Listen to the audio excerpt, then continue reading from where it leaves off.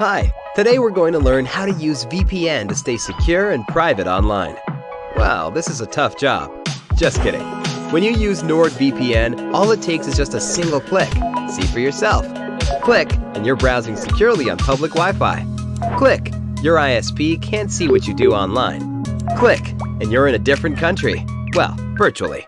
Any device you have there, NordVPN has you covered. Everything else is just details. But if you care to know more, NordVPN has more than 5,000 servers all over the world. It protects your sensitive data with advanced encryption, shields you from malware and phishing sites, and keeps no logs of your online activity. Click link in the description and get 68% discount for your first order. Using the brush tool, click the brush tool.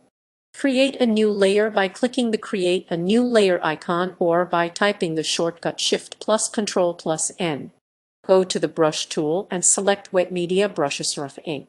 Set the size to 200 pixels. Use the brush tool to draw an arrow on your new layer. Using the Line tool, click on the brush and the Path tool.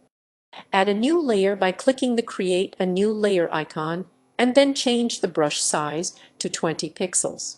Using the Line tool, click on Paths and add an arrowhead on the start of the line. Set the size of the line to 10 pixels. Go to your Paths window and draw the Line tool. Select the brush path and draw the arrow you have created.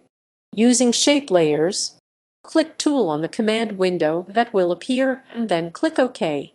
The brush tool will use your Line tool. Select the shape layers and change the weight to 20 pixels. Using built-in vectors, use the Options panel to specify how the custom shape tool will behave. The only crucial setting to specify is what shape the custom shape tool will be using.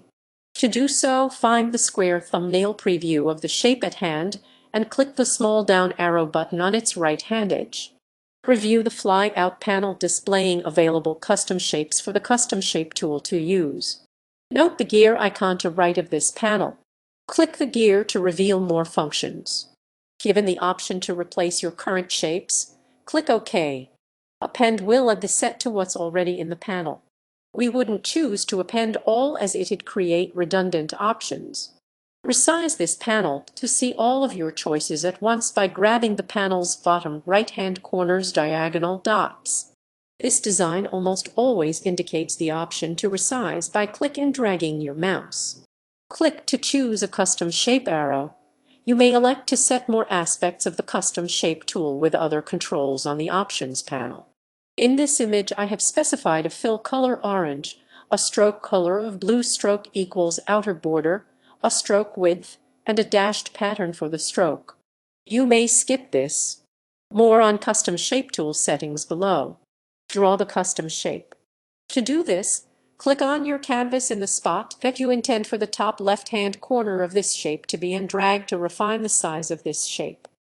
As long as you keep that click held down, you can move the mouse about your canvas while seeing a live preview of your shape in its simplest definition, a single line that defines its would-be boundaries. Release the click and you've made an arrow. You can choose to hold down the Shift key during this entire click-drag process to maintain a 1:1 aspect ratio of height to width as you preview the shape's size.